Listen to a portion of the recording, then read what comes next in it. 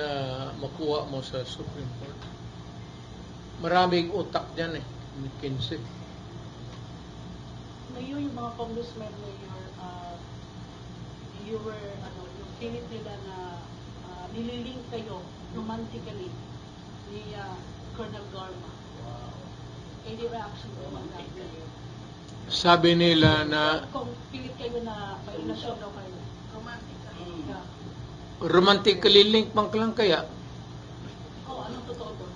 Romantically linked lang. Hindi siya, diretsuhan ko na ngayon. Sabi nila nag-intercourse kami, sexual intercourse. Kaya sabi, tatanungin mo sila. Sabi ko, nagtatanong si Duterte, nag-iyot ba daw may? Use the word. Relasyon man ka. Yung mga ganun-ganun na patapsing yun. Diretsuhin na natin. Nagkauyab ba yan sila ni Duterte o giiyot ba ni Duterte si Garma?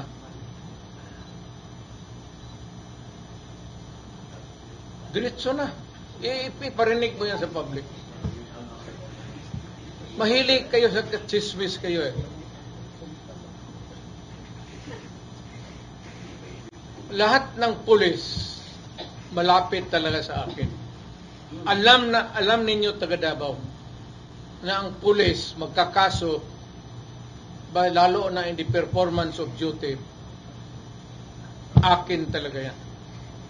Ang kaso sa pulis na performance of duty, akin dyan ang mayor ako. Walang problema yan. Hanggang personal nila. Ngayon ko nagduda sila o may chismis na nag-iyot pa ni Garma, pamunta na sila, nag-ingon si Mayor. Para wala na isamok. Lami.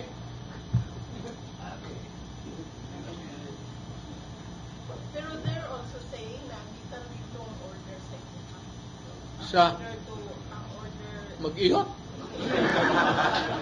Orderon pa ba?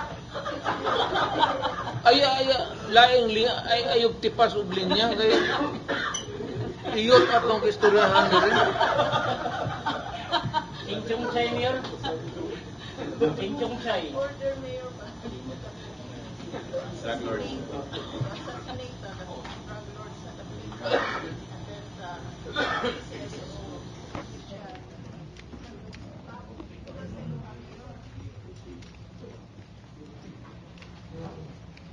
Basta drug lord ka, basig to ang impyerno, ipapatay na yun ka. Yan lang ang sagot ko. Basig to ka na sa impyerno, ipapatay ta ka pagkadto. You do not have that right to destroy a generation of Filipinos just because of money. Putang ina ninyo. Habulin ko kayo hanggang impyerno. Pagdating doon, putulin ko yung titi ninyo, pati ulo ninyo. Nga ang sagot ko. Mayor si Marcoleta, natin, nasa line-up siya ng PDP ba? Or are you supporting him? PDP is my partner. Marcoleta, susuportahan ko yan. Mahusay, mabait, and he has the integrity. Botohan ninyo si Marcoleta. Kung hindi man ito kampanya, pero kung nandyan na yan siya, I'm asking everybody who's listening now, abot ka to Luzon, botohan ninyo si Marcoleta kasi mahusay yan. Si Doc Willie Ong, Mayor. Bawa siya, kandidato siya. Di ba nagsakit man siya? Ayaw siya sa Singapore. Nag-file siya ang... Ang wife niya nag-file ngayon. Kung sa ba yung sakit? Cancer. Cancer. Cancer, Mayor. Di na maayo ang soya siya. Pahuwayan na siya. Maglubog na pupuntaan ng senador. Nasayang na. You, sa minute to take care of yourself. There is always a time sa kinabuhi. Wala na mo, hindi na naman, wala na mo tukma ang iyang ambisyon sa iyang physical.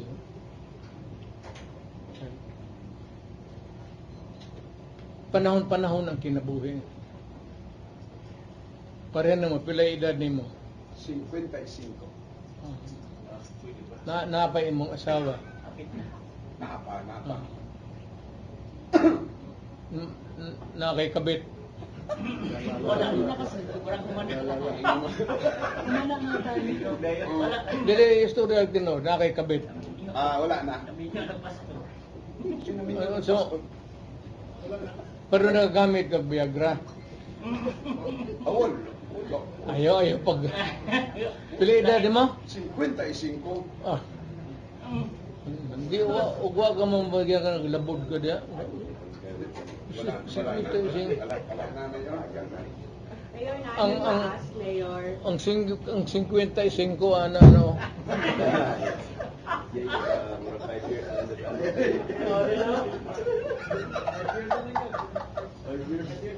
Mayor, Mayor, naano baas, Mayor, if kuan, di-invite ba daw ka ni PBBM sa opening sa Pangil Bay Bridge?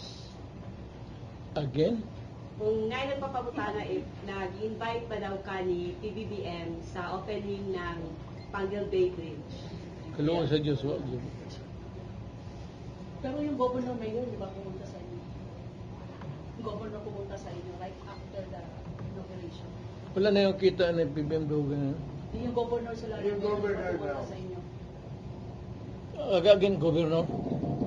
Lano del... Yung sa Lanao del Sur, Lano del Norte. right after nung sa pati sa inyo. Di ba nagto sila sa inyo? Thank you sila sa inyo. Well, I cannot remember. I'm too old for that, but you have to be specific. When was that? Last 27. September 27. Thank you, sir, di ba? Thank you. Kung nagkani ko kailan di mo, ina mo 27 ka ba? Sige mo pangan.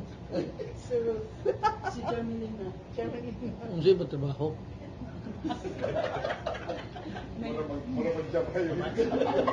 Mayor, daghan na po sa ang Ayaw, government malingon mayor, niya. paunsa na ito ma-sustain ang kampanya sa PDP in the local, slate. An administration. Yes, ang administration. Dagkakwarta ang Administration. Saan na nato? Saan na to? Survive ang pagkampanya mayor. Kaya ba doon ng PDP? Nga Wala ba naman naman? Bulawan mayor. Oo.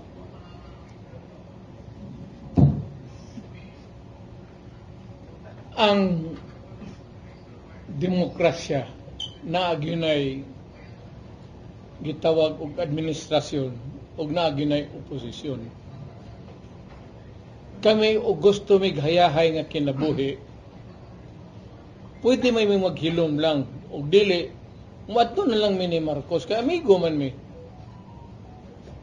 But then karon sa politics Pilipinas walay lain ang ginabangga nila kang Marcos akura wala nay liberal wala nay nasyonalista.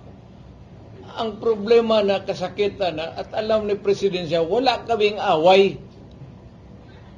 But for the sake na sabihin mo kailangan may opposition, then I would gladly take the role as an opposition. Not to destroy the president, but to be there just to see to it that everything is followed and everything is done correctly. Hindi yang targeted kay presidente. Kaibigan kami. As a matter of fact, I should not be tinkering about, but since sa demokrasya, kailangan talaga may opposition. Wag na muna remove President Marcos. Paano yung ibang sindikato o pagkakamali ng gobyerno? Hindi naman kailangan siya But there has to be an opposition. Tingnan yung trabaho ng gobyerno. Tama. Not necessarily na i-target mo si Marcos as a nandoon ka sa kabila dahil sa opposition ka. That would not be the correct mental attitude.